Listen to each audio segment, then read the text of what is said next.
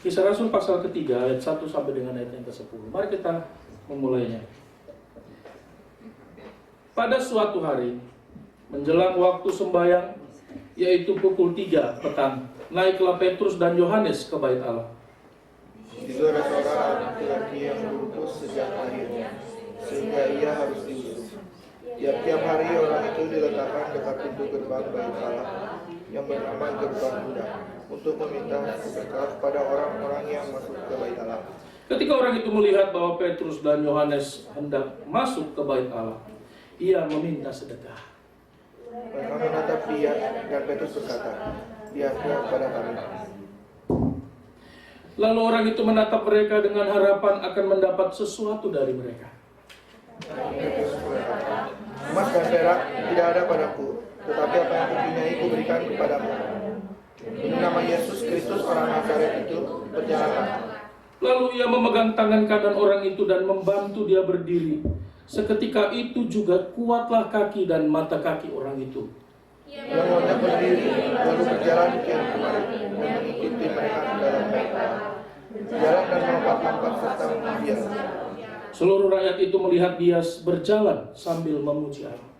Lalu mereka mengenal dia sebagai orang yang biasanya duduk sementara di depan Allah, sehingga mereka takjub dan tercengang tentang apa yang terjadi padanya. Mari kita berdoa.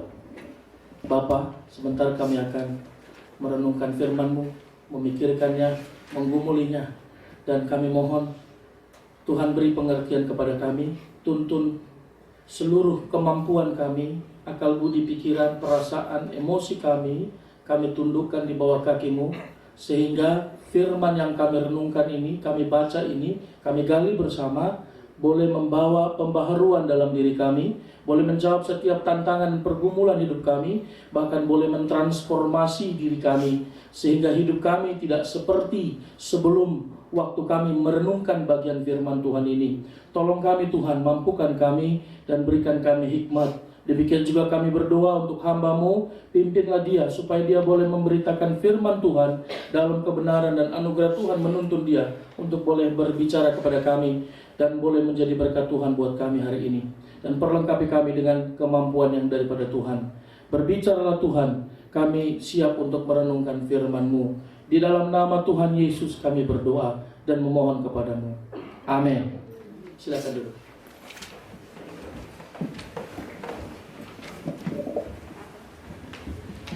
Shalom. Shalom. Shalom. Shalom. Ini duduknya diaspora. Bagaimana kalau boleh saya meminta maju? Karena suara saya tidak sekeras Bapak Gembala. Walaupun saya orang Batak ya. Boleh yang di belakang maju ke depan supaya lebih kurang saya berteriak.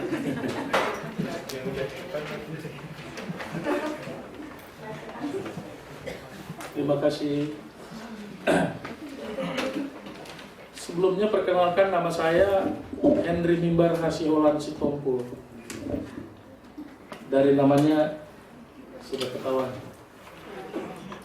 Dari wajahnya apalagi.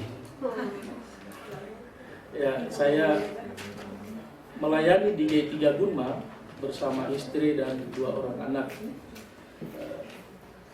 putri. Dan hari ini dipercayakan untuk boleh memberitakan firman Tuhan. Terima kasih Bapak Ibu, saudara-saudara boleh menerima saya di tempat ini untuk memberitakan Injil.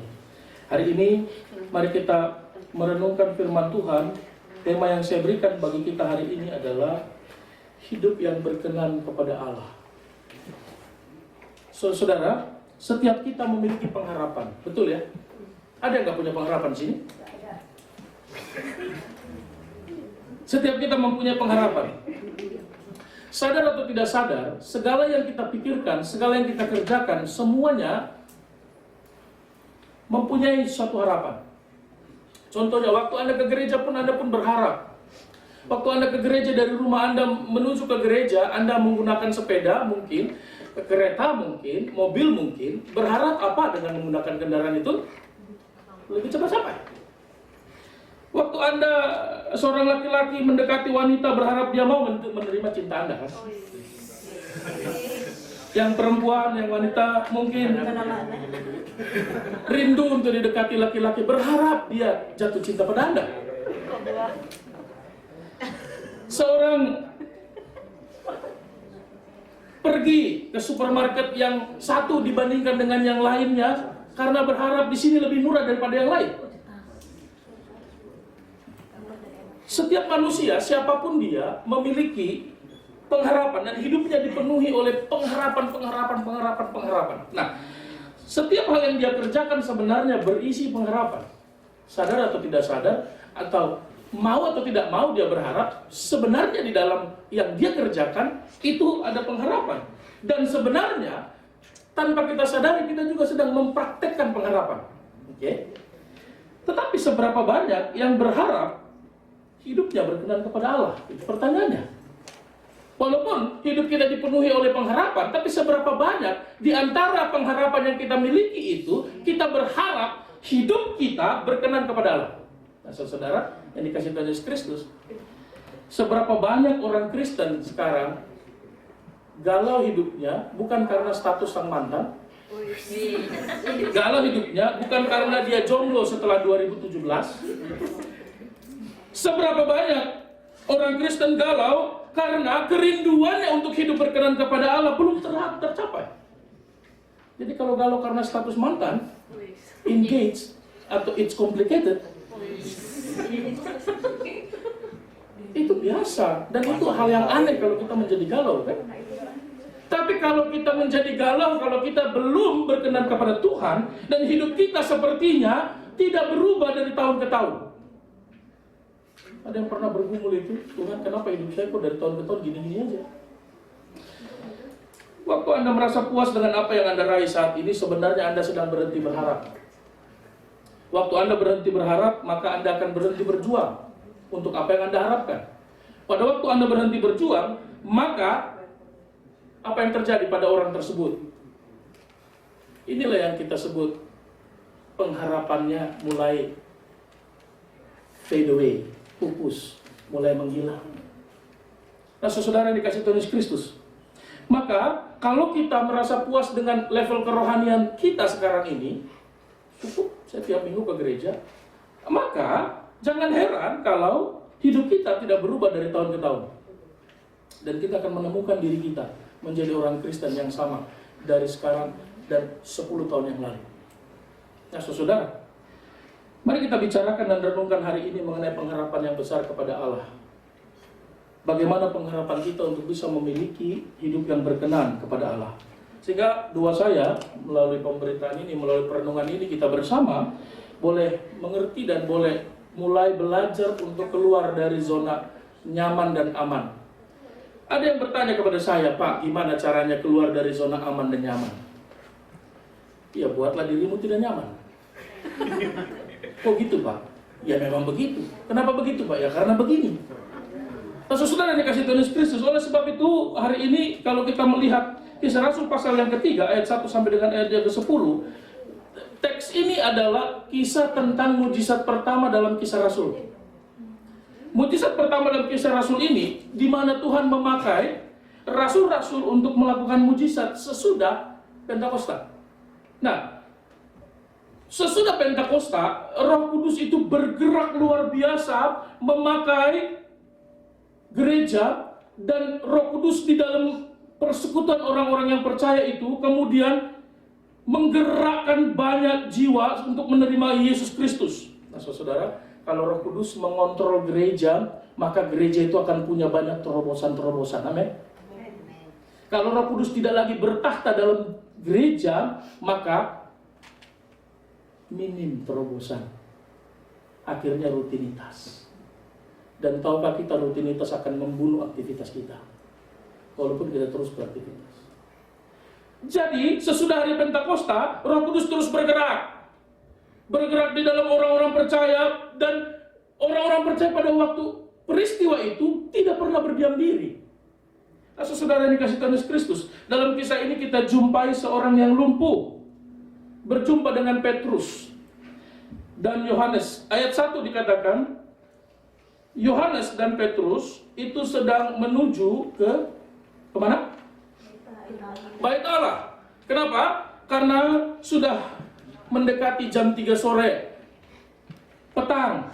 Karena jam itu adalah jam atau waktunya untuk berdoa. Kenapa waktu untuk berdoa? Menarik sekali. Ada pengajaran yang penting di sini, sederhana sekali. Gereja itu tidak pernah disebut rumah pujian. Gereja itu tidak pernah disebut pondok pujian, apalagi pondok durian. Gereja itu tidak pernah disebut the preach house atau the house of preach, tidak pernah. Gereja tidak pernah disebut rumah menyembah, tidak pernah. Anda boleh selidiki dalam Alkitab. Dan ayat 1 menyatakan, mereka menuju ke bait suci untuk apa? Untuk apa? Untuk sembahyang. Istilah bahasa Indonesia sembahyang dalam pengertiannya adalah untuk berdoa. Maka gereja, pengertian daripada firman Allah adalah rumah doa. Gereja bukan rumah pujian. Maka kalau ada yang berkata, saya senang sekali memuji-muji Tuhan di gereja, dan saya sangat puas dengan pujiannya, saudara. Gereja rumah doa, bukan rumah pujian dan bukan rumah khotbah. Saudara, kenapa Petrus dan Yohanes menuju ke bait suci hanya untuk berdoa? King James Version dan bahasa Indonesia sehari-hari menerjemahkan pray, untuk berdoa. Mengapa hanya untuk berdoa saja pergi ke bait suci? Jawaban yang paling sederhana, ya karena mereka orang Yahudi. Nenek-nenek loncat juga tahu. Karena Alkitab ini berkaitan dengan budaya Yahudi. Tetapi maksudnya apa? Mengapa hanya untuk ke bait suci, hanya untuk berdoa pergi ke bait suci? Lalu ada yang berkata, Pak, saya nggak mau ke gereja karena saya bisa bergereja di rumah. Bukankah firman Tuhan berkata tubuhku adalah bait suci? Betul, betul ya. Itu sebab banyak orang malas ke gereja karena merasa sudah cukup di rumah dengar rekaman khotbah, lalu kemudian dia menyanyi puji Tuhan sendiri, lalu dia berkata kepada dirinya, mari kita naikkan pujian, mari kita baca pengakuan iman rasuli sendiri, lalu amin, persembahan dia kasih sendiri, lalu dia kantongin sendiri. Saudara-saudara yang dikasih Tuhan Yesus Kristus, tubuh kita memang adalah bait suci, tetapi bait suci adalah tempat di mana semua orang percaya datang berdoa bersama-sama. Kenapa? Karena kita bisa melakukan sesuatu yang kita tidak bisa pada waktu kita lakukan sendirian. Yang kita tidak bisa lakukan pada waktu kita sendirian, bisa kita lakukan bersama-sama di bait suci. Itu sebab waktu kita berkumpul di bait suci, di rumah ini secara kolektif, maka kuasa Allah di dalam persekutuan ini dapat kita nikmati, bukan hanya kuasa Allah, tetapi juga kuasa Allah yang dalam diri kita, kuasa Allah yang ada dalam persekutuan bisa kita nikmati, yang kita tidak bisa dapatkan pada waktu kita sendiri. Kita juga punya persekutuan pribadi dengan Tuhan, kan? Anak-anak muda katanya bilang sate. Sate dulu. Sate. Bahasa Jepang sate artinya apa? Besok. Besok ya?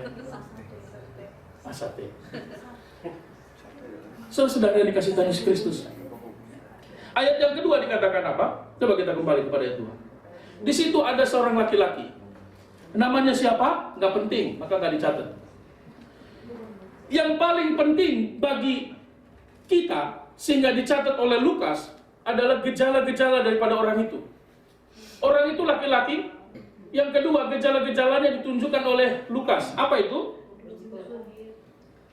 Seorang laki-laki yang lumpuh sehingga ia harus diusung. Menarik sekali. Dia lumpuh secara fisik. Tetapi saudara yang dikasih Tuhan Yesus Kristus, yang lebih jauh berbahaya bukan lumpuh secara fisik. We can do nothing about it. Anda lahir, kita lahir, kalau dengan keadaan lumpuh, kita nggak bisa buat apa-apa tentang itu. Tetapi yang paling berbahaya bukan lumpuh secara fisik, Bapak Ibu. Yang paling berbahaya adalah lumpuh secara rohani. Kenapa lumpuh secara rohani berbahaya? Karena lumpuh secara rohani mengakibatkan kita tidak bisa berdiri sekalipun fisik kita bisa berdiri. Lumpuh secara rohani membuat kita tidak bisa teguh dalam pergumulan, dalam pergolakan hidup yang begitu luar biasa ini. Dalam hidup kita nggak punya keteguhan, dalam hidup kita kerohaniannya rapuh, dalam hidup kita bisa goyah, kita bisa terombang-ambing. Mungkin kita pikir kehidupan kita bergerak, kerohanian kita bergerak, tapi nggak maju. Karena bergerak nggak tentu maju. Karena kapal terlalu mengambil pun bergerak, tapi tidak maju. Bisa dia jalan melebar, bisa dia mundur pun bergerak. Nah, saudara dikasih Tuhan Yesus Kristus, Alkitab katakan bahwa ini seorang laki-laki, lumpuh sejak lahir. Dia sudah lama mengalami kelumpuhan. Dan bukan hanya fisiknya. Saya berkesimpulan, memang Lukas menjelaskan kelumpuhan secara fisik.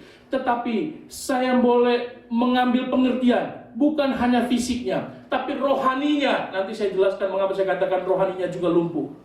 Saudara, dia lumpuh dalam waktu yang lama. Dan perhatikan ayat yang kedua bagian B. Tiap-tiap hari orang itu apa? Di mana? Di mana? Pintu gerbang bait Allah. Diletakkan dekat pintu gerbang bait Allah. Itulah kelumpuhan rohaninya. Jadi kalau kita lihat bagian ini, kita temukan orang yang lumpuh bukan hanya orang ini lumpuh secara fisik. Saudara-saudara, orang ini bukan tidak percaya Tuhan ya. Atau kalau saya langsung aplikasikan secara aplikatif, orang ini bukan orang non-Kristen. Orang ini orang yang percaya Tuhan. Orang ini bukan tidak ke gereja. Orang ini pergi ke gereja. Orang ini datang ke bait suci. Dan bukan hanya satu hari. Berapa hari? Tiap hari. Tiap hari. Siapa yang tiap hari ke gereja sini? Enggak ada. Saudara, kalau saya boleh kalimatkan, orang lumpuh ini bukan orang Kristen hari Minggu. Orang lumpuh ini orang Kristen tiap hari. Kita ini orang Kristen hari Minggu kan? Ayo. Tapi kan gak ada kegiatan di gereja, Pak. Ngapain juga sih ke gereja? Pengertian kita begini. Orang lumpuh ini bukan orang Kristen hari Minggu, tetapi orang Kristen satu minggu.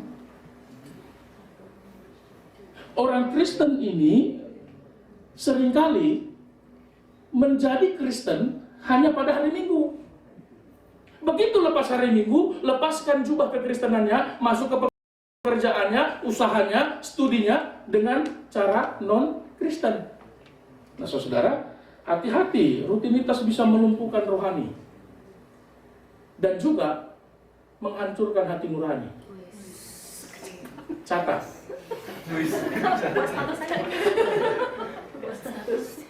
Nah, saudara, apa aplikasi sederhana dari sini? Kalau orang yang tiap hari saja ada di gereja, rohaninya tidak tentu sehat. Apalagi yang malas ke gereja, benar nggak? Ini tiap hari loh. Tiap hari. Apalagi ya, gerejanya sip-sipan. Oh, saya ini datangnya minggu pertama ketiga, Pak. Loh, kenapa minggu pertama ketiga? Emangnya ada masalah dengan minggu kedua dan keempat? Minggu kedua dan keempat, saya beralih tempat lain. Karena sibuk, Pak. Jadi tolonglah Pak Pendeta bikin proposal kepada saya 3 bulan sebelumnya kalau mau minta saya ke gereja. Berlebihan ya. Nah, saudara yang dikasih Tuhan Yesus Kristus, orang yang senantiasa datang ke bait suci belum tentu baik rohaninya. Tetapi orang yang senantiasa datang ke gereja, ke bait suci, memiliki kemungkinan lebih besar dipulihkan. Amin. Daripada yang orang sip-sipan kan gitu. Oke, jadi bisa dapat pengertiannya. Pertama, orang yang tiap hari ke gereja tidak tentu baik rohaninya. Oke. Tetapi orang yang tiap hari ke gereja mempunyai kemungkinan yang jauh lebih besar hidupnya dipulihkan. Puji Tuhan. Daripada orang yang nggak mau datang ke gereja. Kalau datang pun karena dipaksa. Kenapa datang ke gereja? Gak enak, pendeta telepon mulu. Nah, saudara yang dikasih Tuhan Yesus Kristus, mari kita belajar. Setiap hari dia ada di bait suci, ada di gerbang indah. Kenapa disebut gerbang indah? Saudara, apakah gerbang itu memang indah? Enggak juga. Kenapa disebut gerbang indah? Bait suci itu banyak pintu gerbangnya. Dan salah satu gerbang di mana dia duduk senantiasa itu disebut gerbang indah. Indah apanya kalau dipenuhi dengan pengemis? Kan begitu ya? Pasti disebut gerbang kumuh kan? Tapi gerbang itu indah bukan karena ada banyak orang pengemis di situ. Itu disebut gerbang indah karena orang-orang yang lewat di situ adalah orang-orang dengan segala keindahan dan kemewahannya. Orang-orang besar lewat situ. Maka disebut gerbang indah. Sehingga pengemis ngumpul di situ. Begitu ya? Jadi gerbang itu disebut gerbang indah karena melalui gerbang itu orang-orang besar datang, pembesar lewat, orang-orang kaya lewat dengan pakaian yang indah, dengan segala kebesarannya, dengan segala kuasanya, lewat dari sana. Maka perhatikan yang sangat menarik di sini. Yang paling ironis di dalam kisah ini adalah dia tiap hari datang ke bait suci, tapi nggak sampai masuk. Maka kerohaniannya udah beres kan? Loh iya Pak, kan dia memang bukan mau ke bait suci. Dia cuma mau sampai ke pintu bait suci. Adakah kita yang mau ke gereja tapi cuma sampai gerbang? Begitu turun dari gini, kita hama keluar, oh haleluya, saya sudah sampai di gereja, puji Tuhan, pulang. Lalu saudara, dia tiap hari ke bait suci tapi cuma sampai pintu gerbang. Yang kedua, dia tiap hari datang ke bait suci, dia pulang juga sebagaimana waktu dia datang. Benar ya? Dia datang, begitu juga dia pulang. Maksudnya gimana Pak? Dia datang diusung, pulang? Pakai Grab taksi gitu, pakai Gojek gitu bukan? Dikatakan apa? Tiap-tiap hari orang itu diletakkan dekat pintu gerbang bait Allah yang bernama Gerbang Indah. Dan setiap hari dia harus diusung. Begitu juga dia datang, begitu juga dia pulang. Maksud saudara, selalu diusung oleh orang lain. Orang ini lumpuh. Dia datang lumpuh, pulang lumpuh. Bertahun-tahun hidupnya demikian. Kasihan orang seperti ini. Kasihan. Dan sadarkah kita, tidak bisa kita nafikan, tidak bisa kita abaikan bahwa masa kini juga banyak orang seperti ini. Datang ke gereja, pulang tidak ada perbedaan. Pulang sebagaimana waktu dia datang. Sedih kan? Datang ke gereja, pulang juga begitu. Datang dengan pergumulan, pulang juga dengan pergumulan. Pergumulannya bukan diselesaikan, tapi masalahnya dia menyelesaikan dirinya dengan pergumulan. Itu paling penting. Nah saudara, tiap hari kalau kita ke bait suci, tiap minggu kalau kita ke gereja, tapi kalau bertahun-tahun kita tidak bisa berdiri teguh, kita tidak bisa mampu menghadapi tantangan hidup. Batuk sedikit minta telepon pendeta, Pak tolong doakan, saya lagi pilek. Lusa, Pak tolong doakan, telinga saya agak budak dikit. Pergi ke gereja, pulang tidak ada perbedaan. Tiap tahun tetap lemah kerohaniannya. Dari hari ke hari, bertahun-tahun, tiap minggu ke gereja, tapi tetap malas baca Alkitab. Bawa Alkitab aja malas. Ayo, siapa yang malas baca bawa Alkitab? Saya bawa kok Pak, saya bawa iPhone kok Pak. Saudara, orang ini seperti orang masa kini. Bertahun-tahun jadi Kristen, tetap malas melakukan firman. Bertahun-tahun jadi orang Kristen, tiap minggu ke gereja, tapi tidak pernah berkomitmen satu kali pun, dan tidak pernah setia. Bertahun-tahun ke gereja, dan tetap merampok Tuhan, mengambil uang perpuluhan, tidak peduli dia. Bertahun-tahun mengikut Tuhan, tapi tidak pernah hidup jujur di hadapan Tuhan. Tidak pernah mau berkomitmen, tidak pernah mau cinta gereja rumah Tuhan. Naik kereta pun tiketnya nembak. Nggak ada Kensu sini ya? Nggak ada. Pergumulan Kensu itu salah satunya adalah suka nembak tiket kereta. Mau kemana? Saya ke gereja Pak. Hebat ya, jauh ya. Dari tempat kamu tinggal di Kakegawa menuju ke Hamamatsu jauh ya. Bisa habiskan 3.000 yen untuk naik kereta ya. Oh enggak apa-apa Pak, demi Tuhan enggak apa-apa. Bagaimana kalau saya temani kamu pergi ke Kakegawa? Oke Pak, silakan. Saya lihat kenapa orang ini masuk terus. Berapa bayarnya? 140 yen Pak. Loh, kok bisa murah sekali? Karena tiketnya tiket pengantar Pak. Saudara-saudara, untuk ke gereja pun kita tipu-tipu orang kan?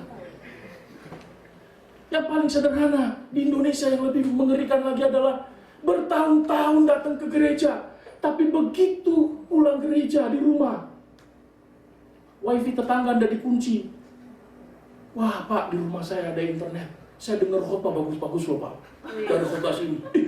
Kamu kan nggak punya di internet di rumah. Ada wifi tetangga Pak, bocor ke kita.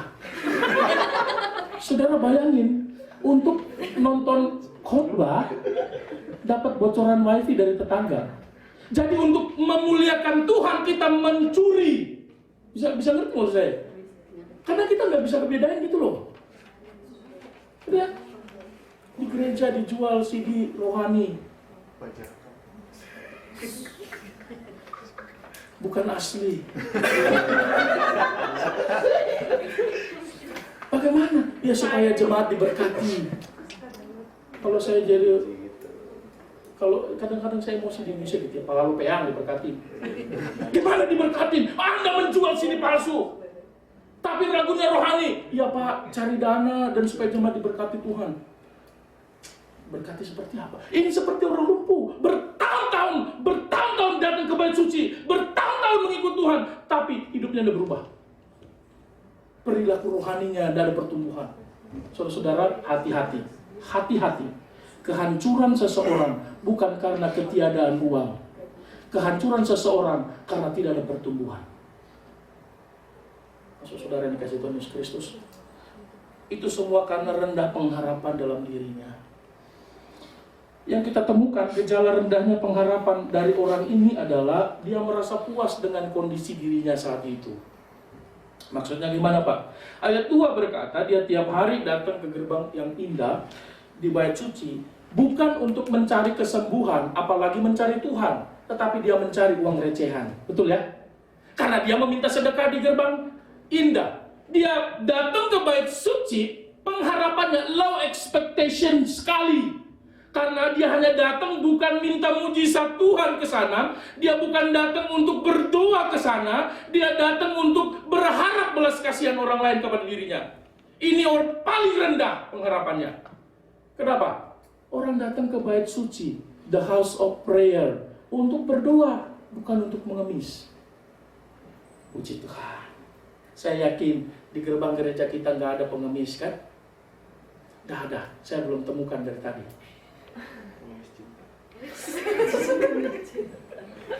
Tidak ada pengemis di gerbang gereja kita. Tapi secara kasat mata kita nggak bisa abaikan ada pengemis-pengemis rohani. Maksudnya gimana Pak? Ada pengemis rohani datang ke gereja. Siapa Pak? Siapa pengemis rohani? Pengemis rohani di dalam gereja adalah orang yang datang dan pulang tidak terjadi perubahan. Sama kan dengan orang ini kan? Jadi kalau sama dengan orang ini adalah orang yang datangnya lemah, pulang juga lemah. Firman Tuhan tidak pernah menguatkannya bukan karena pemberitaan firman Tuhannya tidak baik, karena pemberitaan Tuhan, firman Tuhan tidak pernah tidak baik, firman Tuhan tidak mungkin tidak baik. Pemberitaan firman Tuhan itu selalu terbaik, tapi dirinya tidak pernah mengalami perubahan. Nah, saudara dikasih Tuhan Yesus Kristus, kenapa hal itu terjadi? Kenapa orang datang dan pulang nggak ada perubahan dalam dirinya? Ya karena pengharapannya begitu rendah dan salah tujuan datang ke gereja. Salah tujuan. Mungkin sebenarnya dia mau pergi ke tempat yang lain, cuma dekat gereja, ke gap sama Pak Pendeta di depan. Ya Tuhan. Ya udah dia masuk gereja dulu. Saudara tahu nggak di salah satu kota di Indonesia yang pernah saya kunjungi untuk melayani, ada orang mau pergi ke sabung ayam, tahu sabung ayam? Adu ayam. Tapi taruh ayamnya di depan gereja dan mereka beribadah dulu. Ini ayam siapa kok banyak banget di depan? Pakai kandang ayam di depan. Itu Pak, mereka mau sabung ayam tapi ke gereja dulu. Puji Tuhan loh Pak, sebelum sabung ayam ke gereja dulu. Dalam hati saya itu bagaimana ya? Lalu saya tanya, Bapak, apa doa Bapak sebelum Bapak pergi pulang dari gereja nanti? Saya berdoa supaya ayam saya menang Pak. Jadi kalau 10 pemilik ayam di situ semuanya mau menang, siapa yang mau menang? Untuk berjudi, mereka datang ke gereja untuk diberkati. Saudara yang dikasih Tuhan Yesus Kristus. Jadi gini, orang yang datang dan pulang sama tidak ada perubahan, itu yang datang ke gereja motivasi sampingan jauh lebih kuat daripada tujuan utama dia datang. Maksud motivasi sampingan apa? Pemuda pernah bilang begini, Pak, gereja Bapak itu banyak anak gadisnya nggak? Hah? Banyak perempuan yang nggak Pak? Maksudnya? Ini kan saya laki-laki Pak, sedang cari jodoh.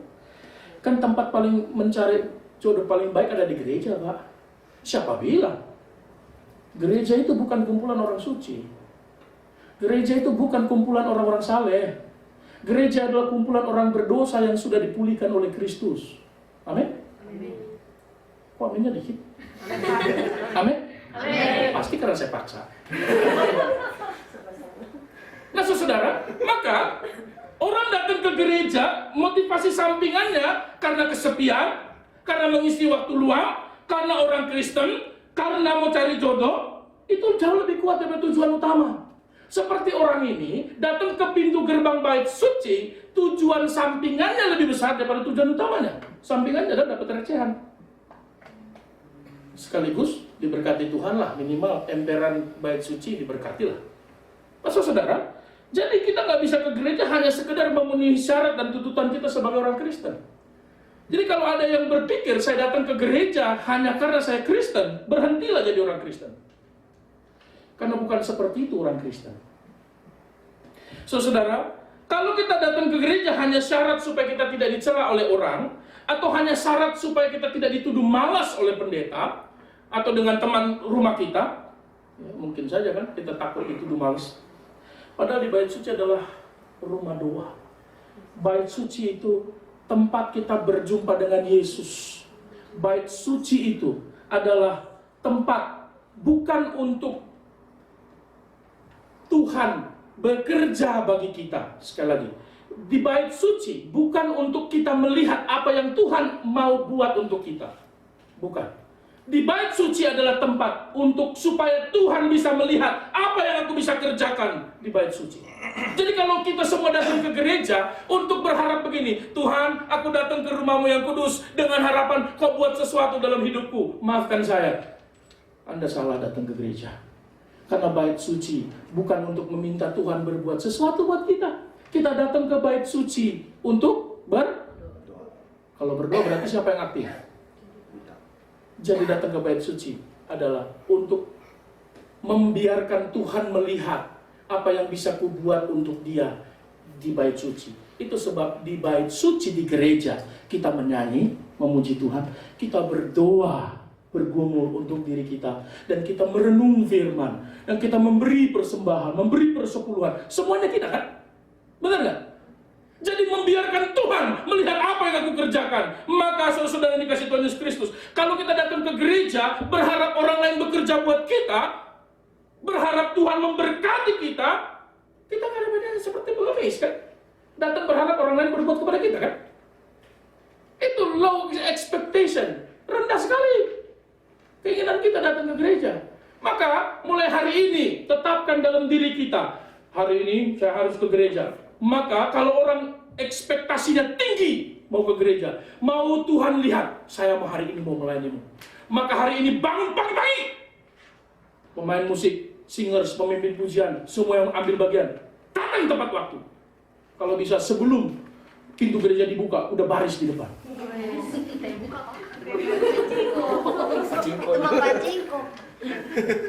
Kalau untuk berbuat jahat saja orang antri, mengapa untuk ke gereja nggak ada yang antri? Masa kita kalah sama orang ke pacingko? Benar dong. Untuk berbuat dosa, orang sampai rela antri sebelum jam buka gereja. Betapa bahagianya, bayangkan Pak Hayuk dan Ibu melihat jemaat sudah antri nunggu di depan gereja. Itu mau buka. Haleluya, puji Tuhan. Jemaat rindu datang menyembah Tuhan. Karena semua jemaat datang ingin Tuhan melihat apa yang mau dia buat untuk dirinya. Maka datang menyembah sungguh-sungguh, berdoa sungguh-sungguh, dengar firman sungguh-sungguh, bawa Alkitab sungguh-sungguh. Waktu bercanda juga sungguh-sungguh. Maksud saudara dikasih Tuhan Yesus Kristus, kita datang ke bait suci untuk berjumpa dengan Tuhan dan membiarkan Tuhan melihat, memperhatikan apa yang bisa kita buat untuk Tuhan. Pertanyaannya saya tanyakan kepada kita semua, apa yang Anda sudah buat bagi Tuhan? Ayo. Setiap minggu kita datang, apa yang kita sudah buat bagi Tuhan? Apa yang kita sudah buat bagi gerejanya? Nah, saudara dikasih Tuhan Yesus Kristus, ingat bait Allah, maka kita ingat rumah doa. Rumah doa itu di mana kita berjumpa dan berharap berjumpa dengan Tuhan. Dan dengan perjumpaan kita dengan Tuhan, kita pasti beda waktu kita datang dengan kita pulang. Saya katakan di Gunma, ke gereja itu seperti ngecas baterai, atau enggak? Karena baterai kita dipakai tiap hari dalam satu minggu. Kalau iPhone Anda dicas hanya 1 kali seminggu, apa jadinya iPhone itu? Semahal-mahalnya iPhone, dia harus dicas tiap hari. Maka setiap hari ada charger pribadi, namanya saat teduh. Perlu charger pribadi untuk menjalani setiap hari, tapi perlu charger besar setiap minggu di gereja. Kalau kita terlambat datang ke gereja, maka chargernya nggak penuh. Kalau chargernya nggak penuh, biasanya akinya cepat soak. Betul kan? Nah, saudara yang dikasih Tuhan Yesus Kristus, kalau kita punya pengharapan yang sangat rendah, maka jangan heran kita tidak pernah mencapai sesuatu yang Tuhan kehendaki untuk kita capai dalam hidup kita. Jangan heran, Tuhan kok Tuhan nggak berkati saya? Bukan Tuhan tidak memberkatimu, tapi engkau yang tidak pernah berbuat sesuatu bagi kehendak Allah dalam hidupmu. Karena apa yang kita harapkan itu yang akan kita dapatkan. Ada bahasa Madura sangat bagus sekali. Ini saking kunonya bahasa Madura ini, nggak ada yang tahu, orang Madura pun tahu. Apa kalimatnya? What you expect will be what you get. Bahasa apa? Ego. Oh, sudah dirubah ya? Apa yang Anda harapkan itu yang akan Anda dapatkan.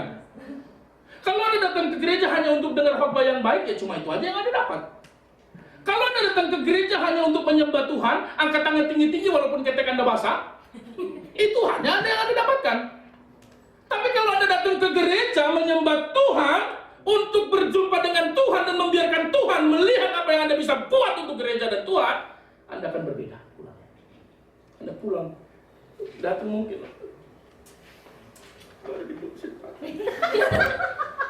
Aduh, kerjaan baru di kuping. Aduh, gaji sudah habis. Walaupun gaji itu 10 koma. Tanggal 10 udah koma maksudnya. Datang ke gereja lemah. Kepala menunduk, hati tertunduk. Datang dengan memegang dada sakit. Tapi begitu pulang, memuji Tuhan, berdoa sungguh-sungguh, berjumpa dengan Tuhan, pulang dengan kepala tegak. Tuhan, aku siap. Masuk 1 minggu ini, aku tahu banyak pergumulan, gajiku sudah habis, aku baru diputuskan pacar, aku baru dikubur dari pekerjaan, tapi aku punya Engkau. Amin? Amin. Kok sedikit? Amin. Amin? Amin. Nah, saudara yang dikasih Tuhan Yesus Kristus, kalau kita hanya datang untuk mau dengar khotbah, mau lihat si dia dari jauh, kalau hanya mau dapat penyembahan, ya kalau hanya bisa dilihat orang supaya rohaninya baik, jangan heran 10 tahun ke depan Anda akan mendapati diri Anda seperti sekarang. Tidak ada perubahan dalam diri kita. Seperti orang lumpuh, bertahun-tahun tiap hari dia dibawa ke bait suci, begitu juga dia pulang. Bukankah begitu orang yang lumpuh sejak lahirnya? 10 tahun dia mengemis, 10 tahun dia tetap lumpuh. 10 tahun dia tidak pernah bisa berdiri di atas kaki sendiri. Dia tetap tidak bisa membantu orang lain, apalagi dirinya sendiri juga dia nggak bisa bantu. Dan seharusnya ekspektasi kita adalah hidupku mau berkenan kepada Allah. Pengharapan kita adalah aku mau hidup berkenan kepada Allah. Nah, saudara, maka datang ke gereja hari ini.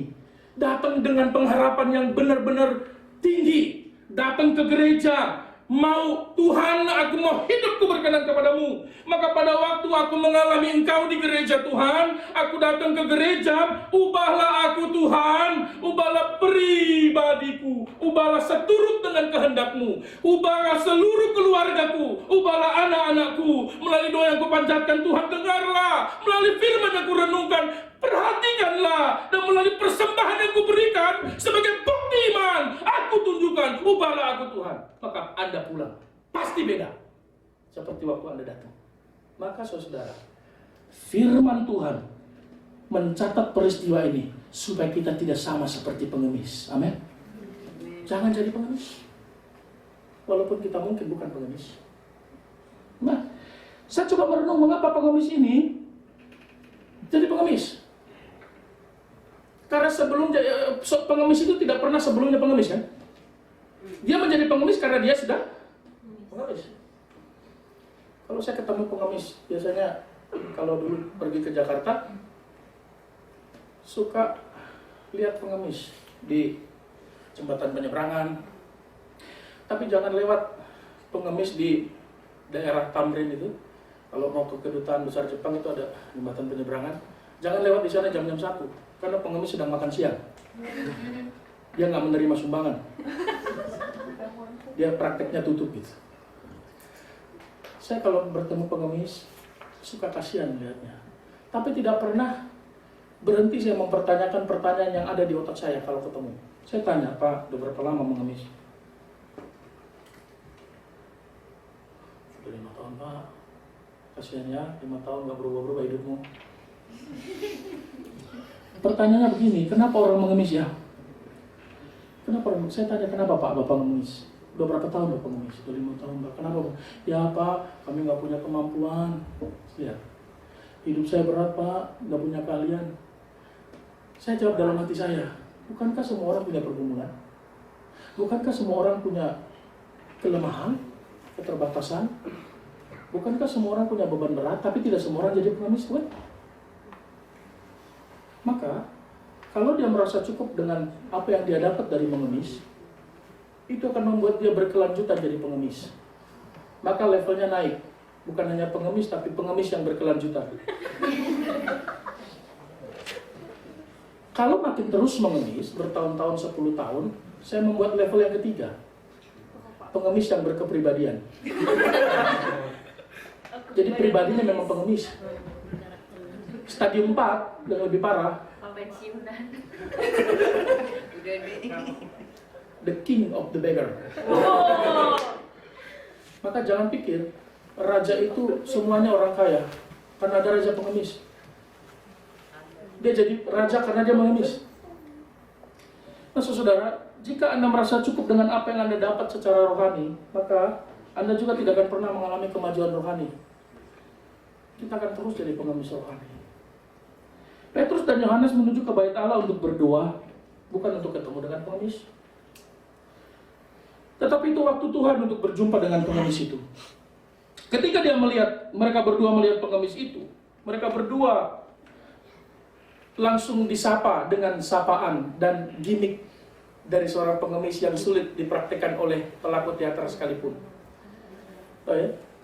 Jadi pengemis itu wajahnya itu perlu ditata gitu. Mungkin perlu sekolah kepribadian pengemis. Dan butuh waktu lama untuk jadi pengemis. Karena dia baru makan, walaupun dia baru makan, dia harus mempraktekkan seolah-olah dia sudah tidak makan 3 bulan. Coba bayangin, bagaimana caranya? Dengan postur tubuh saya, maka orang udah yakin kan kalau saya belum makan 3 bulan. Bagaimanapun saya buat gimmick wajah saya gitu loh. Nggak bisa, orang nggak ngerti. Maka jadi pengemis pekerjaan paling sulit di dunia. Tapi pada waktu Petrus dan Yohanes datang dengan semangatnya, dia mau ke bait suci, lalu melihat bagi recian. Saya yakin saya nggak bisa memerankan itu ya. Memang nggak bisa, Pak. Nona ini cantik. Baik. Saya yang jomblo.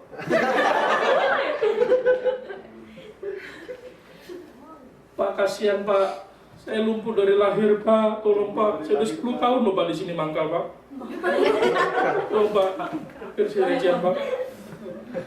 Petrus dari atas melihat. Apa solusinya dari pengharapan yang rendah? Perhatikan ayat yang kelima.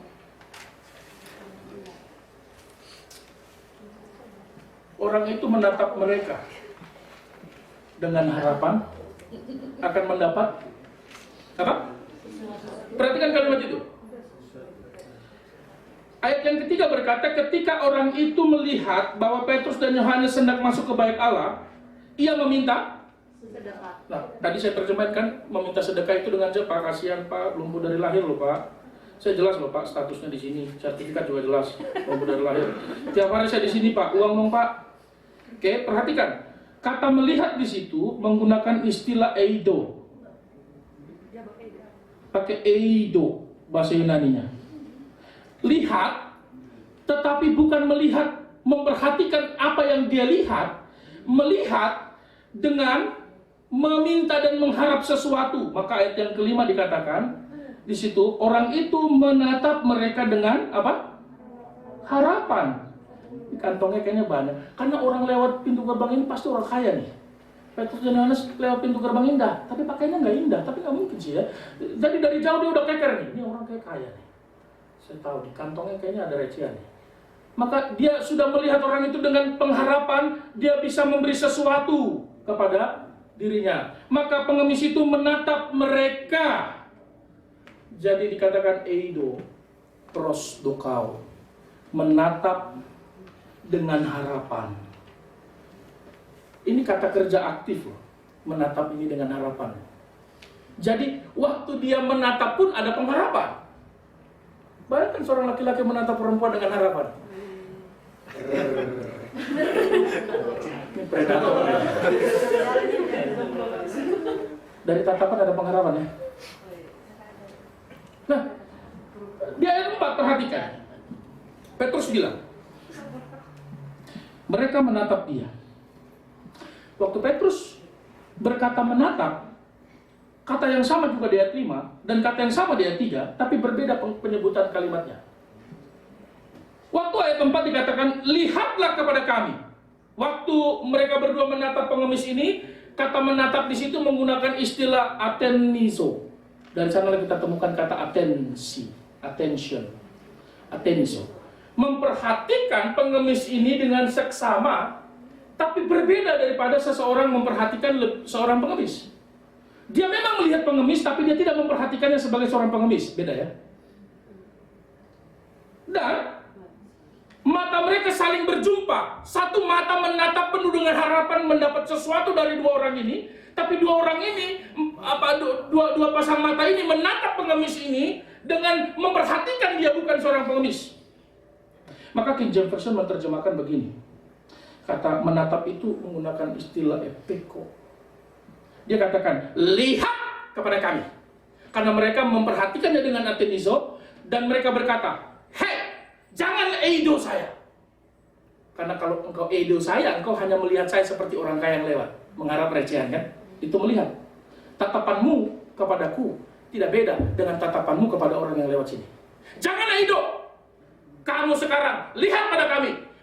Epeko kami. Lihat bedanya, kata eido dan epeko itu berbeda. Epeko artinya perhatikan dengan seksama. Epeko itu terdiri dari dua kata Yunani, epi dan eko. Artinya gini, epi itu suatu waktu. Jadi dalam waktu tertentu matanya mengikuti. Eko itu mengikuti ya. Seperti misalnya ada eko, makankan kakak. Jadi dalam waktu tertentu dia memperhatikan dan mengikuti apa yang sedang dikerjakan oleh dua orang ini. Maka dia katakan, hey, you, epeko, lihat mata kami. Ini bukan mau dihipnotis ya. Tatap mata Ojan. Bukan. Beda, bukan mau dihipnotis. Ya. Maksudnya apa? Epeko kami, jangan eido kami. Lihat aku bukan seperti orang kaya. Perhatikan kami, fokus kepada kami. Maksudnya menatap ini beda ya. Jadi Petrus sama Yohanes minta supaya dia pengemis, tapi jangan bersikap seperti pengemis. Tatapanmu jangan jadi tatapan pengemis kepada kami. Karena tatapan pengemismu kepada kami gak laku. Nah saudara, dan ayat yang ketiga juga, pengemis itu melihat kepada Petrus dan Yohanes. Oke? Nah, kenapa Petrus dan Yohanes tahu bahwa orang ini membutuhkan sesuatu lebih daripada yang dia minta? Kenapa Petrus meminta pengemis ini untuk epeko mereka dan bukan eido? Saudara-saudara, mengapa mereka berdua juga memberi atensi kepada pengemis ini? Sementara orang lain lewat, nggak peduli dengan orang ini. Petrus dan Yohanes tahu bahwa orang ini membutuhkan sesuatu yang lebih daripada yang dia minta. Petrus tahu, Yohanes tahu, yang dia butuhkan ini bukan uang recehan, juga bukan uang ribuan. Yang dia butuhkan ini lebih daripada uang sedekah, uang belas kasihan. Yang dia butuhkan ini mengharap belas kasihan dan suka meminta uang recehan. Ini sifat pengemis, tapi yang dia butuhkan bukan gaya pengemisnya atau hidup dari pengemisnya. Kenapa? Karena selama ini uang yang dia dapat bertahun-tahun tidak mengubah kondisinya. Lumpuhnya nggak habis-habis. Terus dieksploitasi. Susah ya. Dia bukan justru berharap kelumpuhannya berhenti, tapi justru menggunakan kelumpuhannya untuk mendapatkan keuntungan. Dan uang yang dia dapat selama ini justru tidak mengubah suatu situasi hidupnya kan. Bertahun-tahun dia kerja, bertahun-tahun dia mangkal di situ, situasinya juga nggak berubah, tetap jadi pengemis di bait suci. Jadi kalau pengemis di bait suci, pengemis yang kudus. Ditambahkan kata kudus pun tetap pengemis. Maka, ya, bahasa Inggrisnya bagus, the holy beggar. Tiap tahun, tiap hari jadi pengemis, tapi nggak pernah masuk ke bait suci. Uang yang dia dapatkan pada hari itu juga begitu juga habis. Loh kok tahu dari mana Pak? Kan nggak ditulis Pak. Uang yang dia dapat habis juga hari itu. Buktinya dia ngemis lagi besoknya. Ya kan bisa aja disimpan Pak. Ya kalau gitu nanti kita tanyalah sama Pak Lukas kalau sudah kita ketemu ya. Uang yang dia dapatkan begitu juga dia habiskan. Nggak berdampak apa-apa untuk hidupnya. Dan pengemis itu ternyata tahun ke tahun, hari berganti hari berganti bulan, bulan berganti tahun berganti terus menjadi pengemis. Tentu kita tahu uang itu perlu. Uang itu bisa membantu. Tapi firman Tuhan mengajar bahwa uang itu bukan solusi dari situasi yang kita hadapi. Kita perlu uang. Gereja perlu uang. Tapi uang bukan solusi untuk menghadapi situasi kita. Uang bukan satu-satunya jawaban dari masalah kita. Dan faktanya kita menemukan banyak orang justru sengsara karena uang. Masalah baru justru muncul karena uang. Jadi berbahagialah kalau G3 Osaka kurang uang. Loh, saya katakan ini benar serius loh. Kami di Guna nggak pernah kelebihan uang. Sebulan dapat segitu habis. Bulan dapat segitu habis. Kami tidak bangga karena kami menghabiskan uang kas. Juga kami tidak bangga karena kami nggak punya uang kas. Tapi kami bangga karena sekalipun kurang uang, kami tetap setia melayani Tuhan. Amin. Nah kalau kita semua begitu, kita bukan pengemis. Karena tidak mengandalkannya kepada uang. Kalau uang kita genggam terus, tapi kita biarkan rumah Tuhan bergumul, celakalah kita. Karena kita mengatakan uang ini pegangan hidupku. Saudara, sederhananya begini loh. Saat apa yang kita harapkan dari Tuhan itu bukan yang kita butuhkan, tapi yang kita inginkan, maka kita perlu efek ke Tuhan. Bisa ngerti mas saya? Sekali lagi, saat apa yang kita harapkan dari Tuhan bukan yang kita butuhkan, tetapi yang kita inginkan, kita harus mulai efek ke Tuhan. Seperti Petrus dan Yohanes memanggil pengemis ini, efeklah. Perhatikan aku dengan saksama, bukan seperti seorang pengemis yang menginginkan recehan. Tapi perhatikan Tuhan seperti seorang yang ingin mendapatkan kebutuhannya dari Tuhan. Beda loh. Orang menatap seseorang atau menatap sesuatu karena kebutuhannya dengan keinginannya. Beda. Betul ya? Ada bisa membedakannya? Epeko itu menatap dengan memberi perhatian dengan seksama, serius, sungguh-sungguh. Maka tatap Tuhan dengan keseriusan. Keseriusan kita dalam menatap Tuhan terlihat daripada apa yang kita lakukan. Karena visi dan orientasi itu menentukan aksi, kan? Benar ya? Yang kita kerjakan ini, yang kita gerakan ini sebenarnya berasal dari mana? Pikiran dan hati kita yang menggerakkan seluruh tubuh kita. Jadi kalau kita tidak setia, itu hasil dari mana? Ya.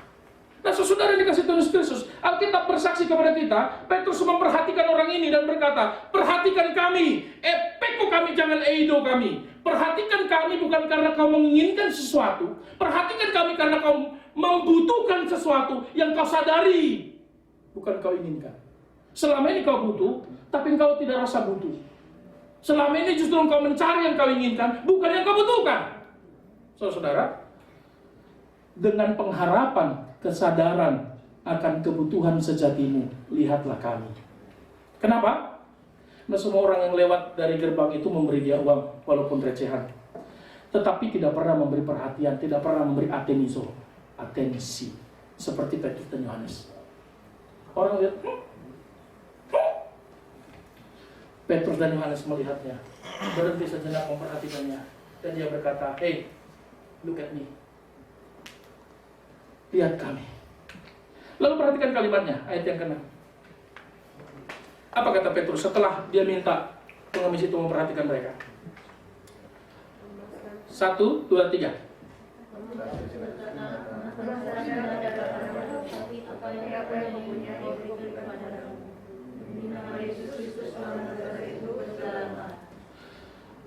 Sudah bayangin, pengemis ini sudah pasang target kepada orang yang melewat, mengharapkan sesuatu. Itu setiap orang. Mungkin matanya sudah terlatih bertahun-tahun men-scan isi kantong orang itu, dan dia berharap dapat sesuatu dari orang ini. Begitu orang ini datang, dua orang ini, dan berhenti di depannya, makin dekat pengharapannya dapat duit. Pas nih, sasaran saya nggak salah. Dia makin berhenti. Begitu dia berhenti, pasti dia merogoh kocek-koceknya, pasti dia ambil dalam dan dia berikan uang kepada saya. Lalu dia memperhatikan yang sesama. Gerakan-gerakannya, tangannya udah mau dekat kantong. Ayo masuk. Dapatkan, ambil. Dia udah berharap. Tapi begitu Petrus dan Yohanes berkata, perhatikan kami. Oke, I will give you attention. Aku akan efek ke kamu. Kamu kasih apa sama saya? Lalu Petrus dan Yohanes bilang begini, emas dan perak tidak ada padaku. Ya, yang bener aja bro. Ngapain lu suruh saya peko? Bayangkan hati orang itu ya, dia pasti exciting. Orang lewat di situ kasih koin, tapi nggak pernah kasih atensi kepada dia. Apalagi ngomong sama dia, memberi perhatian. Tapi ada orang yang datang dan bilang, perhatikan kami. Ini pasti keinginan gue terpenuhi ini. Lalu dia bilang, emas dan perak tidak ada padaku. Bahasa Indonesia sehari-hari terjemahnya begini. Saya tidak punya uang sama sekali. Saya tidak punya uang sama sekali. Tetapi apa yang ada pada saya, itu akan saya berikan kepadamu. Wih, kalau dia berpikir nih, kalau dia nggak punya uang, tapi ada sesuatu yang lebih berharga dari uang, gold, emas, mutiara, perhiasan, apa ya yang dia mau kasih? Apa yang ada padaku akan saya berikan kepadamu. Nah, saudara, menarik sekali. Petrus bilang, aku nggak punya apa yang kau inginkan. Kau minta uang kau? Ya toh? Ya toh? Aku nggak punya apa yang kau inginkan. Tapi aku punya apa yang kau butuhkan. Karena apa yang kau inginkan ternyata tidak merubah kondisimu bertahun-tahun. Apa yang kau inginkan, situasimu nggak berubah. Apa yang kau inginkan, engkau akan berubah tetap menjadi pengemis. Sekalipun engkau bertambah tua, fisikmu tidak kunjung berubah. Aku tidak punya apa yang kau inginkan, tapi aku punya apa yang kau butuhkan. Dia minta uang, tapi dia butuhkan apa? Mujizat. Dia minta uang, relasi dengan uang, tapi dia butuhkan relasi dengan Tuhan. Coba perhatikan, banyak orang Kristen lumpuh secara rohani karena mencari, terus mengejar materi, hal yang salah. Saudara, jangan kejar sesuatu yang sifatnya fisik. Bisa jadi salah satunya uang kalau sifatnya fisik. Jangan kejar sesuatu yang sifatnya materialis.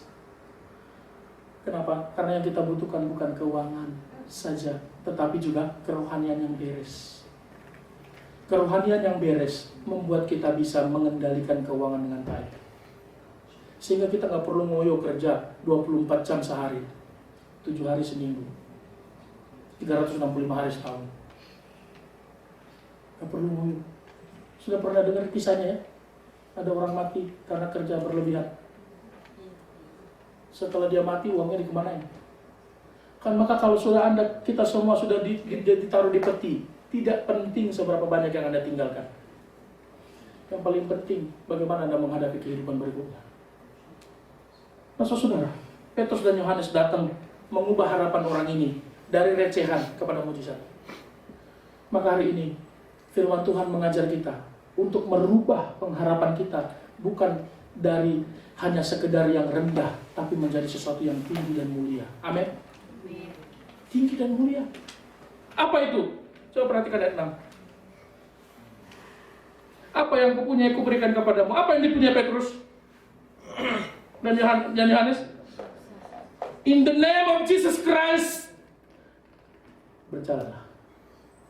Berjalanlah. Lalu dia angkat tangannya dan membantu dia berdiri. Menarik sekali. Sebelumnya saya coba jelaskan di sini. Saya nggak punya uang katanya. Tetapi apa yang ada pada saya akan kuberikan kepadamu. Petrus, perhatikan, dia tidak hanya menggunakan nama Tuhan Yesus, tapi juga dia memiliki Tuhan Yesus. Beda ya? Kita sering menggunakan nama Tuhan Yesus, kirim pesan, tutup telepon, God bless you ya, Tuhan berkati ya, God lead us ya. Sering banget kan kita tulis itu. Kita menggunakan nama Tuhan tapi belum tentu memiliki Tuhan. Petrus tidak hanya menggunakan nama Tuhan, tapi dia juga memiliki nama. Dia berkata, apa yang ku miliki? Coba saya tanya, apakah Anda sudah memiliki Yesus Kristus dalam diri Anda? Apakah Anda sudah menerima Kristus secara pribadi? Apakah Anda sudah percaya kepada Dia secara sesungguhnya? Apakah Anda yakin diselamatkan? Jangan hanya menggunakan nama Yesus, tapi miliki Yesus. Karena kalau Anda hanya menggunakan nama Yesus, Anda hanya memperalat nama Tuhan, tapi Anda tidak pernah berjumpa dengan Tuhan. Itu ada di Matius pasal 7 ayat 15-23. Dikatakan, semua orang yang menggunakan nama Dia bisa melakukan perubahan, tetapi dia sendiri tidak pernah. Tahu ya, Matius pasal 7 ayat 15-23 itu peristiwa apa? Kisah tentang pengajar sesat, para nabi-nabi palsu yang mengadakan mujizat, bernubuat, menyembuhkan orang sakit, mengadakan banyak perubahan dan reformasi di mana-mana, tapi dirinya sendiri ditolak. Tuhan berkata, aku tidak mengenal engkau, enyahlah engkau hai pembuat kejahatan. Ngeri kan? Dia mengadakan perubahan, dirinya nggak pernah berubah. Celaka betul. Kenapa? Karena dia hanya menggunakan nama Yesus, tapi tidak pernah memiliki nama Yesus. Buktinya apa? Matius pasal 7 ayat 15-23 mencatat bahwa aku tidak pernah mengenal engkau. Kau mungkin mengenalku dan kau gunakan pengenalanmu akan aku untuk kepentinganmu, tapi aku tidak pernah kenal kau. Nah saudara, Petrus tidak berkuasa menyembuhkan orang lumpuh. Anda dan saya tidak berkuasa menyembuhkan orang lumpuh. Tetapi Anda dan saya, begitu juga Petrus, bisa memulihkan orang lumpuh kalau kita memiliki nama Yesus, bukan menggunakannya. Itu maka anak-anak Skewa dipermalukan kan? Siapa anak Skewa itu? Kayaknya anak Koja itu, daerah Tanjung Priok. Bukan? Daerah Malang. Siapa anak Skewa itu? Coba nanti PR ya. PR. Cari anak Skewa. Dipermalukan dengan menghadapi setan, iblis. Mereka justru ditelanjangi. Nah, saudara yang dikasih Tuhan Yesus Kristus, mari kita belajar. Apa yang perlu kita pelajari di sini? Jika kita mau merubah situasi kita perlu tanya kepada orang yang memiliki relasi dalam nama Tuhan Yesus. Jangan tanya kepada orang yang nggak punya relasi sama Kristus. Maka kalau Anda punya pergumulan keluarga, suami, istri, anak-anak, studi, sekolah, bergumul, jangan tanya orang yang seperti Anda. Tanya orang yang punya relasi dengan Kristus secara pribadi. Cari orang itu. Siapa? Di gereja ini, Pak Ayub dan Ibu dan sekeluarga, hamba-hamba Tuhan. Di warta bagus ya. Bagi jemaat yang membutuhkan konseling pastoral. Saudara, banyak orang, banyak pengemis, nggak pernah berhenti jadi pengemis karena dia tanya, gimana bro, kira-kira gue udah cukup nggak ya jadi pengemis? Dia tanya sama siapa? Sama pengemis. Dia akan bilang, wah lu tega bro ninggalin gue bro. Anda tidak akan pernah berhenti menjadi pengemis kalau Anda tanya kepada apa? Anda tidak akan pernah berhenti bergumul kalau Anda bertanya kepada orang yang sama-sama bergumul. Ya dong. Anda tidak akan pernah menerima nama Yesus kalau Anda tidak pernah berjumpa dengan Yesus secara pribadi. Tapi kita perlu berjumpa dengan orang yang memiliki nama Yesus. Maka begitu pengemis ini berjumpa dengan orang yang memiliki nama Yesus, maka dia berkata, dalam nama Yesus aku berkata, berjalanlah. Apa yang ku miliki ku beri padamu. Orang yang tidak memiliki nama Yesus tidak pernah bisa memberikan nama Yesus. Saudara, dalam relasi pribadi, cari orang-orang yang betul-betul punya kapabilitas rohani dan pastikan sudah percaya Kristus. Jangan tanya pergumulan pribadi Anda kepada orang yang gak kenal Kristus. Gimana ya, Mbak? Saya ceraikan gak ya suami saya? Tanya sama orang yang udah cerai. Ceraiin aja, kurang ajar tuh. Ya iyalah. Anda akan sengsara kalau Anda bertanya kepada orang fasik, orang tidak percaya. Nah, saudara, berrelasi dengan sesama, mulailah bergaul dengan orang-orang seperti Petrus dan Yohanes. Jangan bergaul dengan orang-orang seperti para pengemis ini. Karena siapa yang kita temani, itu menggambarkan siapa kita. Betul ya? Betul. Amin? Amin. Sedikit.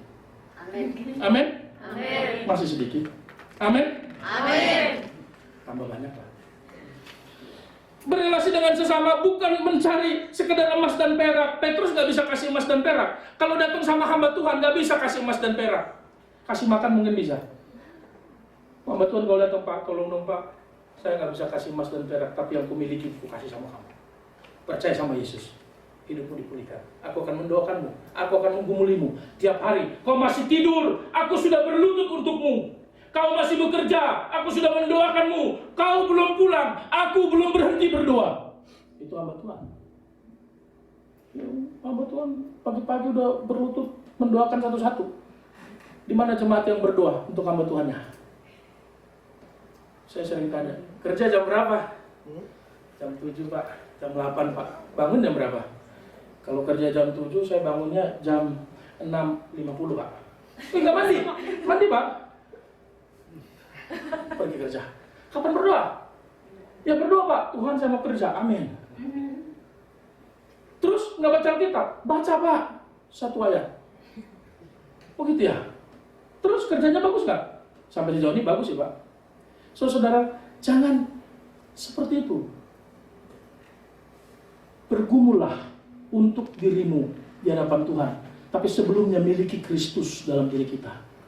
Bagi yang belum percaya dan menerima Kristus secara pribadi dalam dirinya, terima Yesus secara pribadi. Jadikan dia Tuhan dalam hidupmu, maka hidupmu akan berubah. Hidupmu akan mengalami perubahan ekspektasi. Rohanimu akan berubah. So, saudara, ayat 7. Lalu ia memegang tangan kanan orang itu dan membantu dia berdiri. Seketika itu juga kuat kaki dan mata kaki orang itu. Kalau Anda bergaul dengan orang-orang yang memiliki nama Yesus, bukan hanya Anda mendapat sesuatu yang dia miliki, Anda juga akan ditolong oleh orang yang memiliki nama Yesus itu. Dan dikatakan, Petrus dan Yohanes bukan hanya bicara, tapi dia mengulurkan tangannya, mengangkat orang lumpuh itu, membantunya dan bangkit. Kalau kita tanya kepada orang yang tidak punya nama Yesus, dia mungkin akan menjatuhkanmu, dia mungkin akan menceritakan pergumulanmu kepada orang lain. Tapi kepada orang yang memiliki nama Yesus, dia akan mengulurkan tangannya, ayo aku tuntun kau supaya kau bertobat, ayo kembali kepada Kristus. Dan itu yang tidak dilakukan oleh orang lain yang datang ke bait suci, melihat mereka tapi tidak peduli dengan orang ini. Nah saudara, apa yang terjadi? Mata kaki orang itu langsung apa? Perhatikan ayat yang ke-8, ayat 7 ayat bagian B. Seketika itu juga apa yang terjadi? Apa? Kuatlah mata kaki orang itu. Dan ayat 8 yang paling aneh. Aneh banget. Coba perhatikan anehnya apa? Apa yang aneh di situ? Melonjak lalu berdiri, berjalan kemari. Pertanyaannya gini, kalau baca ayat yang ke-2 bandingkan dengan ayat ke-8, itu keanehannya di situ. Apa anehnya? Sejak kapan orang ini belajar berjalan? Karena dia lumpuh dari lahir. Lumpuh dari lahir nggak pernah belajar, apalagi belajar loncat, belajar lari. Kok dia bisa ya? Inilah mujizat. Dia bisa meloncat, dia nggak pernah belajar untuk meloncat. Dia bisa berjalan, dia nggak pernah belajar untuk berjalan. Bukan nggak penting apa yang kita inginkan, yang paling penting apa yang kita butuhkan. Nah, saudara, sampai usianya saat itu dia bisa menerima Yesus secara pribadi karena ada nama Yesus, maka dia dipanggil untuk berjalan. Dan apa yang mustahil bagi kita tidak mustahil bagi Tuhan. Amin. Kalau kita memiliki nama Yesus dalam diri kita, maka Anda akan menikmati ketidakmustahilan. Anda akan menikmati sesuatu yang mustahil, Anda bisa nikmati dalam diri Anda. Oh iya, itulah makna ini, hidup beriman kan? Hidup dalam kasih karunia kan? Nah saudara, lihat perubahan hidupnya sekarang. Coba perhatikan, apa perubahan hidupnya? Dia mulai berdiri, dia tidak lagi lumpuh. Yang kedua, dia bukan hanya sampai pintu gerbang, tapi sekarang apa? Kemana? Masuk ke dalam pintu gerbang dan masuk ke bait Allah, berjalan, dan dia tidak lagi menengadahkan tangannya begini. Sekarang dia mulai bekerja bagi Tuhan. Apa yang dia lakukan di sana?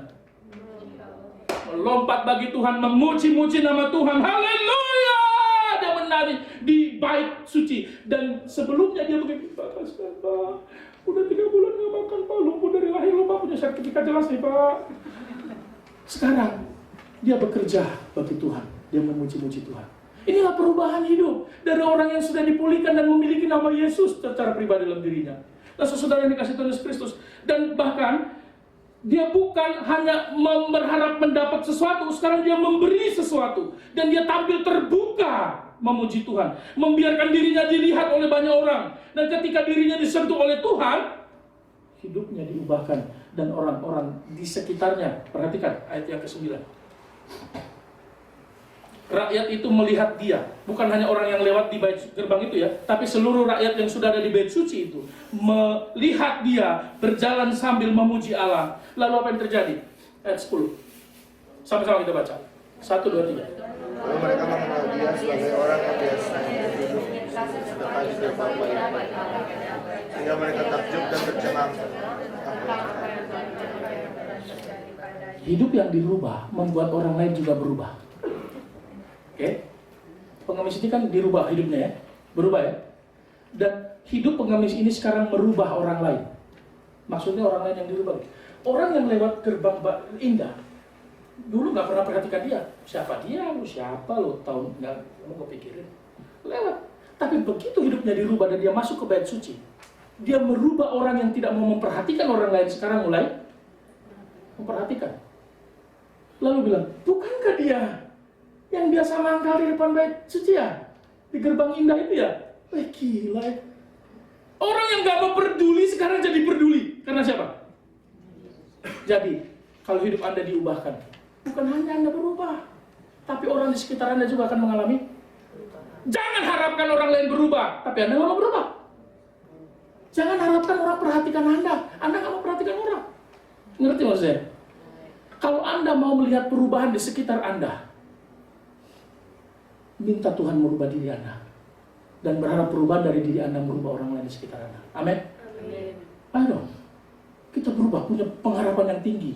Hidup kita berkenan kepada Tuhan, sehingga orang di sekitar kita yang tadinya nggak setia, nggak sungguh-sungguh, jadi sungguh-sungguh loh. Jadi mau mengenal siapa kita. Nah, saudara, apa kesimpulan kita hari ini? Setelah panjang lebar kita menggali bagian ini, saudara, kesimpulan kita apa? Kisah orang lumpuh ini menggambarkan hidup kita sejak semula. Bukankah kita sejak lahir adalah orang-orang yang lumpuh, walaupun secara fisik kita tidak lumpuh? Maksudnya apa? Dalam Mazmur pasal 51 ayat yang ke-7. Coba kita baca sama-sama. Inilah esensi kita sebenarnya, hidup kita sejak kita lahir. Mazmur 51 ayat 7 berkata apa? Sama-sama. 1, 2, 3.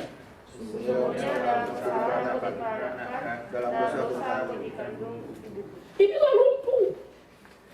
Kita seperti orang yang jatuh ke bawah sumur yang dalam dan nggak bisa naik ke atas. Begitu kita jatuh, tangan dan kaki kita patah. Lalu datanglah orang yang mau menolong kita. Nih, ku kasih tangga.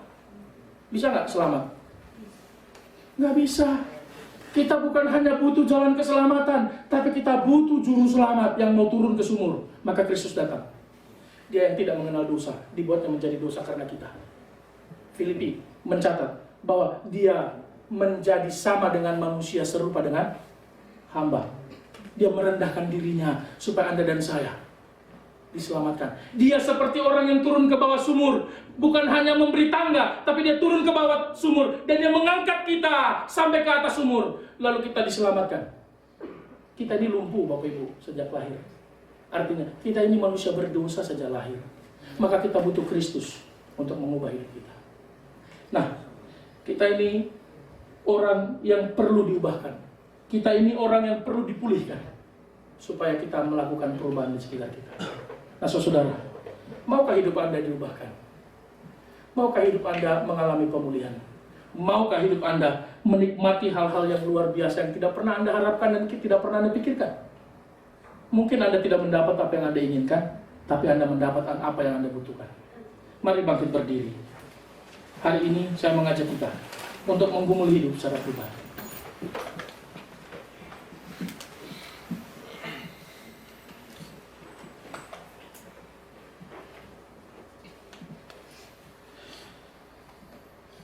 Mari masing-masing kita berdoa secara pribadi.